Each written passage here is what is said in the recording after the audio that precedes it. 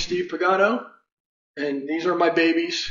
It's an original 427 Cobra that I've owned since 1986. I've been here in Phoenix area for a little less than 6 years now. First show I attended, I met Peter Volney, who was in charge of Concours in the Hills. He was kind enough to award me Best of Show with my Cobra. And I guess you could say the rest is history. Been to Concours in the Hills now probably at least 5 years.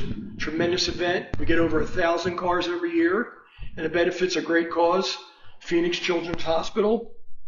All types of cars, everything from Ferraris, Lamborghinis, Maseratis to Porsches. Yeah, it's coming up shortly. I mean, I'm excited about it, and even if you don't have a car to enter, bring the family. I don't know how many people we get, but it's probably over 3,000 or 4,000 people. It's just a tremendous event.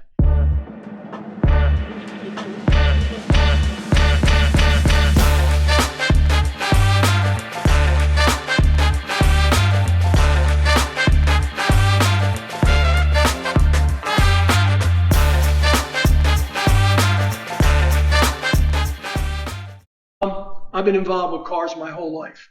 I can remember back in kindergarten, we used to trade little HO slot cars. My dad was really into cars. He drag raced, he road raced. In 1965, he bought a 65 GT350. And while all their parents were taking their kids to ball games, I was going to the racetrack. Bridgehampton, Watkins Glen, all the big tracks in the Northeast. And watched the Shelbys and the Cobras beat up the Corvettes. And I was hooked. And I always wanted a Cobra, and I was very fortunate enough in 1986 to purchase this car here. But again, all these years, my passion is still there, especially for this car. I've owned a lot of cars, bought and sold, but always kept this.